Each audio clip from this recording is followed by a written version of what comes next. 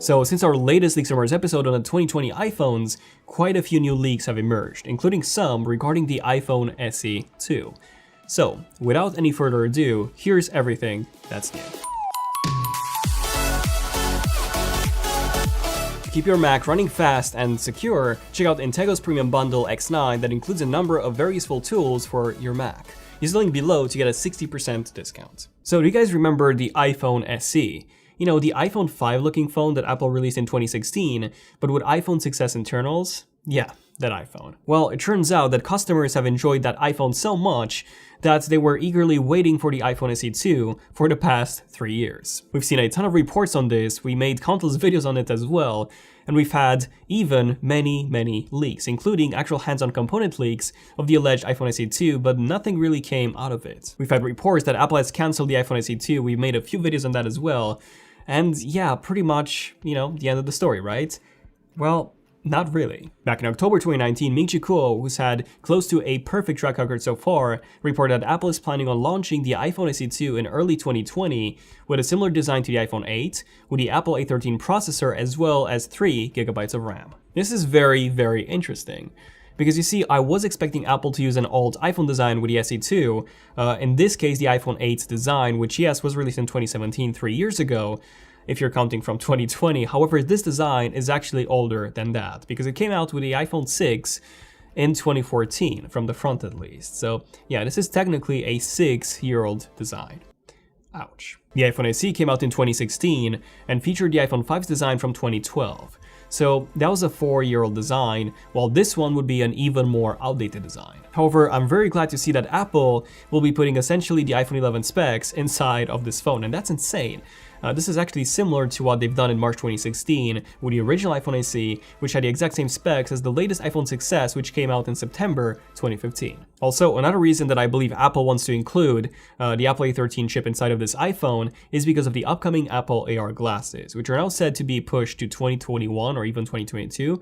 However, one of the minimum requirements that we've seen leaked in terms of the Apple AR glasses was an iPhone with the Apple A12 or preferably the Apple A13 processor. By selling this affordable iPhone SE 2 to the masses, many people will already have an iPhone that would support the AR glasses when those are due to be released. This iPhone will only have one single camera module, Touch ID instead of Face ID, so pretty much a carbon copy of the regular 4.7-inch iPhone 8 from the outside. And reports from Economic Daily News, Nikkei, and Bloomberg have all reported the exact same thing on the iPhone SE 2.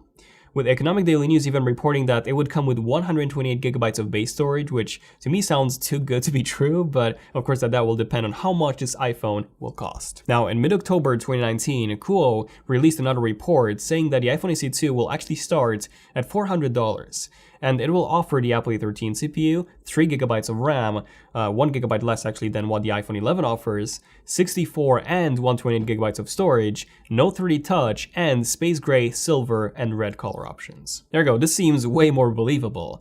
The iPhone 8 is at the moment the most affordable iPhone that Apple offers, and this one starts at $450.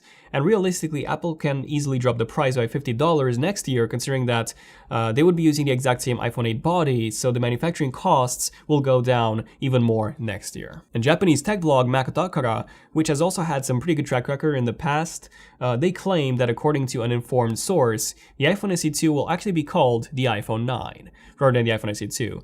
And I do think that this is actually a very good idea. You see, the iPhone SE name came from Special Edition, mostly because that's what it was. It was literally a carbon copy of the very popular iPhone 5 design, which a lot of people loved, and also, you know, the really small form factor, with just some more modern specs and an improved camera. But now, since Apple decided to skip the iPhone 9 name, they actually do have it available, and that's a perfect name for this phone because it's still an upgrade from the iPhone 8, but it still features that old pre-iPhone 10 style design, so there you go, the iPhone 9. Ming-Chi Kuo also reported that the iPhone 9 would enter mass production in January and launching at the end of March. Barclays released a similar report saying that the iPhone 9/iPhone SE 2 would start production in February. So there you go, pretty much all the sources are pointing towards the exact same thing regarding the iPhone 9/the iPhone SE 2. And therefore, I would really love to hear your thoughts on this below. Is this something that you'll consider getting, especially at a rumored $400 price point, or do you see this design being far too outdated? Like, this is a 6-year-old design. This is how outdated it will be in 2020. So let me know in the comments what you guys think about everything regarding the iPhone SE2/iPhone 9. Okay, next up, I do have some interesting updates regarding the main iPhones. Ming-Chi reports that Apple plans on launching a completely wireless iPhone without even the Lightning connector, as well as the iPhone SE2 Plus with a Touch ID power button in 2021. Wow. Okay.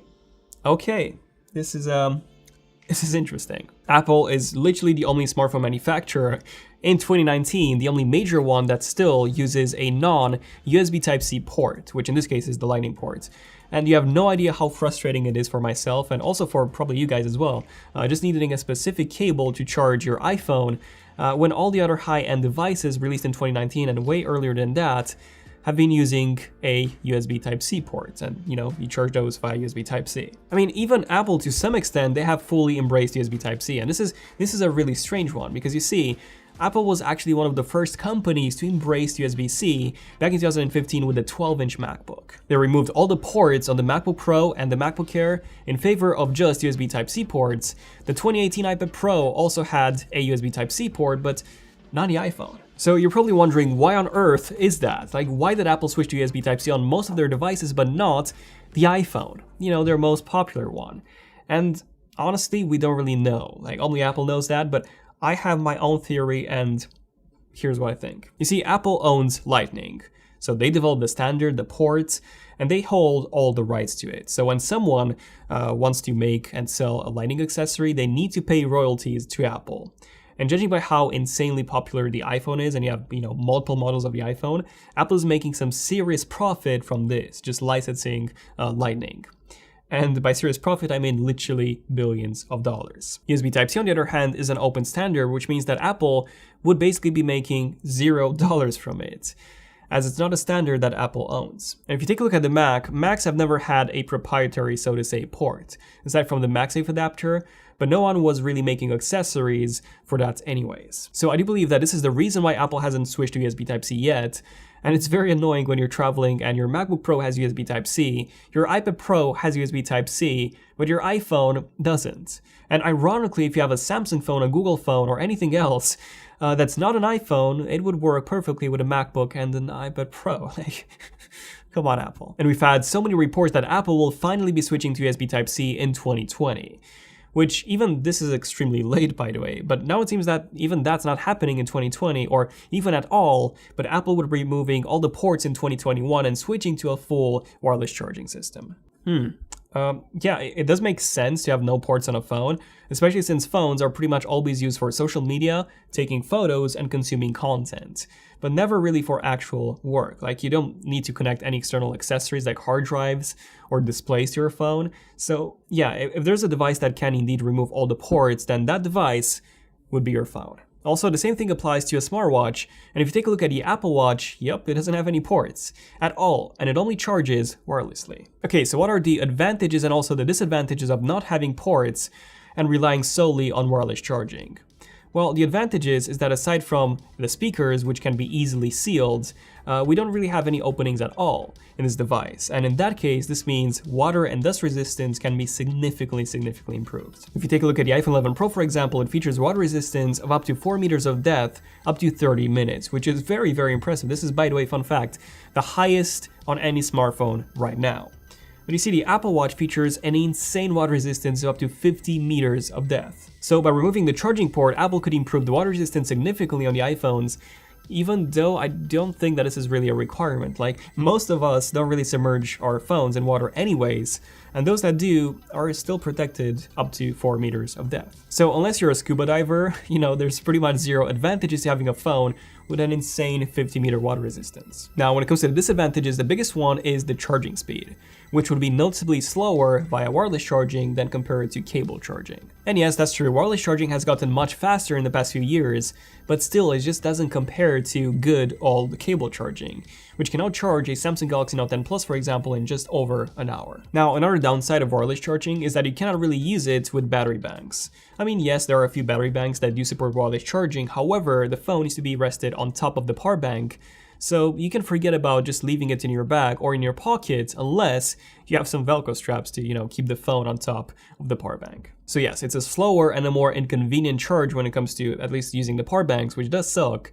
However, if Apple manages to somehow make the wireless charging faster, then I'm pretty sure that at some point in the future, maybe not in 2021, Apple will indeed remove the charging port and replace it fully with wireless charging. Like I said, I'm not fully sure if this can happen by 2021 because I still believe that there are a lot of improvements that still need to be done in terms of wireless charging that won't really be ready by 2021. But yeah, we'll just wait and see what happens. But same as with the headphone jack, I do believe that Apple does indeed have the courage of doing this. And when they do, then the rest will follow, as has been the case in the past with the notch or the dual camera modules or the headphone jack. And dear smartphone manufacturers, here's the thing, Apple does make some good choices sometimes and also some bad choices sometimes. Don't follow the bad choices. If you want to copy something, just copy the good choices and, I don't know, just innovate like Samsung did. Like Samsung made so many innovations on their phones, they were the only ones that didn't really have the notch. Everyone else added a notch just because Apple did. But yeah, let me know in the comments your thoughts on an iPhone with no charging port and any advantages and disadvantages that you see with this wireless charging based iPhone. So yeah, what do you guys think about this? Now, going back to Ming Chi Kuo's report, he also claimed that Apple will be releasing an iPhone SE2 Plus in 2021 with a full screen design, no Face ID, instead Touch ID built into the power button. We've also heard some recent reports about Apple planning on including an under-the-display fingerprint reader made by Qualcomm in one of their upcoming iPhones.